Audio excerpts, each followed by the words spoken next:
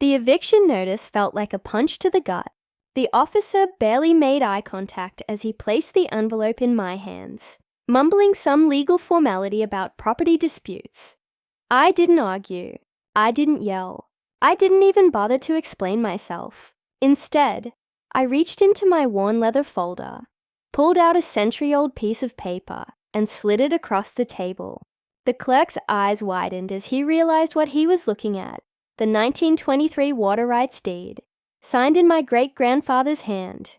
I didn't need to say a word, because that fragile document spoke louder than anything. In that moment, I knew Willowbrook Estates was doomed.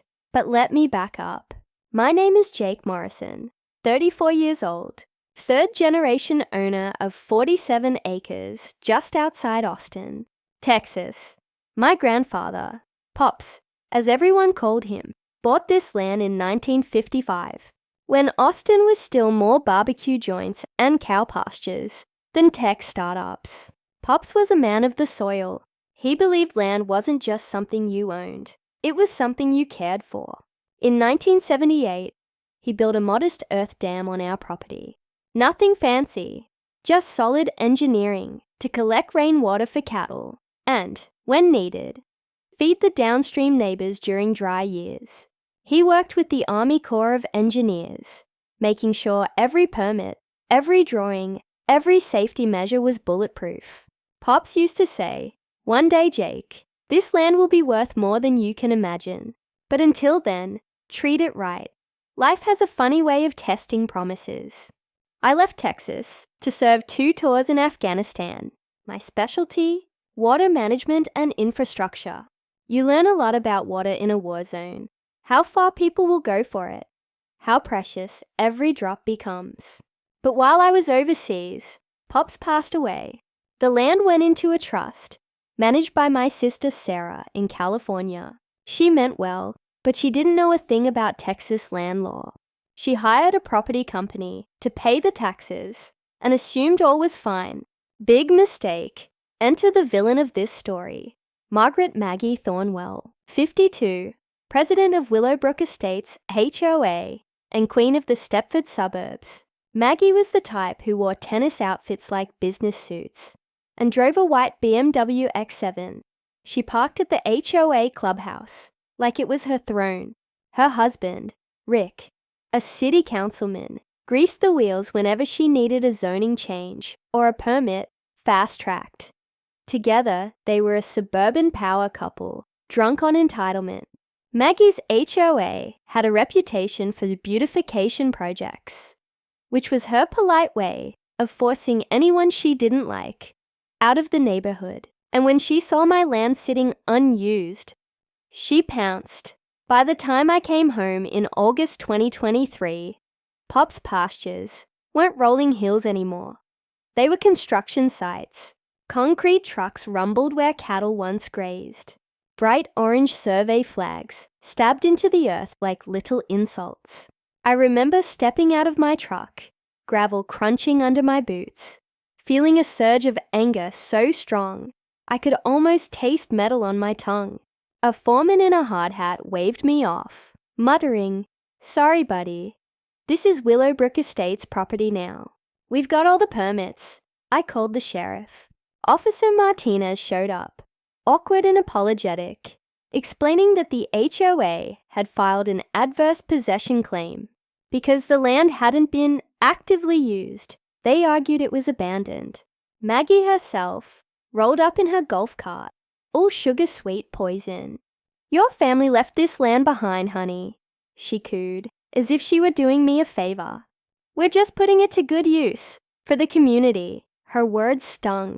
But what cut deepest? Her crews had already diverted the creek, feeding Pop's dam. The water level was dropping every day, and with it, 45 years of careful stewardship. As I stood by the shrinking reservoir, Maggie's parting shot echoed in my ears. "Should have stayed closer to home, soldier boy."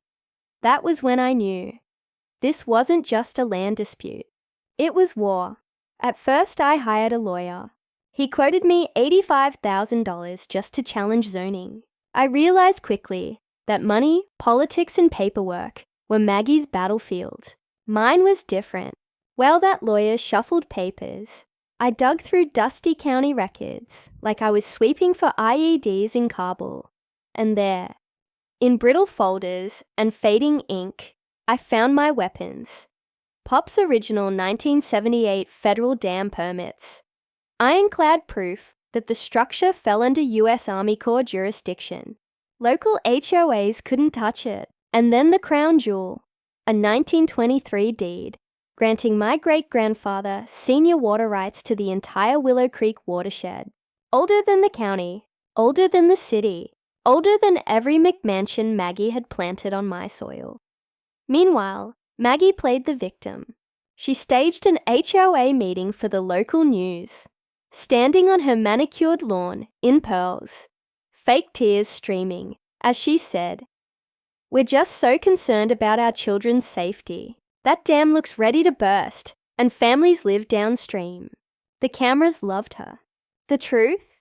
The dam had passed every inspection with flying colors.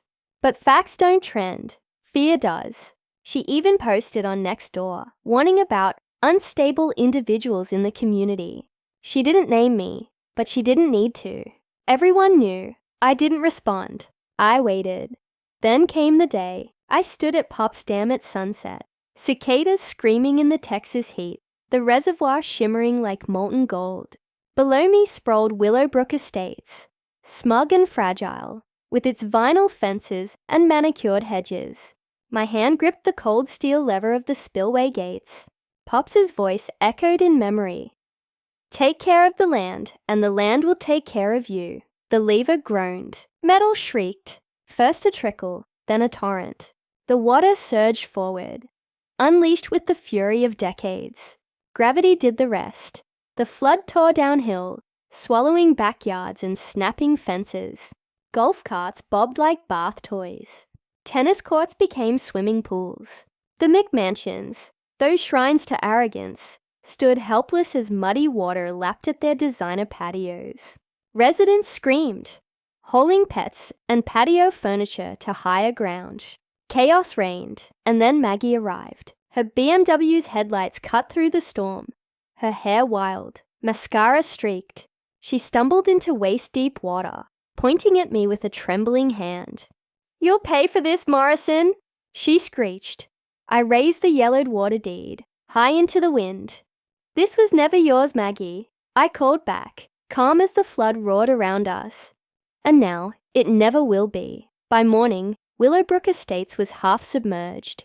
The HOA was ruined. Insurance companies refused coverage for building downstream of a federally recognized dam. Rick Thornwell's political career evaporated in scandal. Maggie's empire crumbled overnight. As for me, I stood beneath the old oak tree where my initials were carved, watching the sun rise over land once again mine. The water glistened, calm now, like a guardian that had done its duty.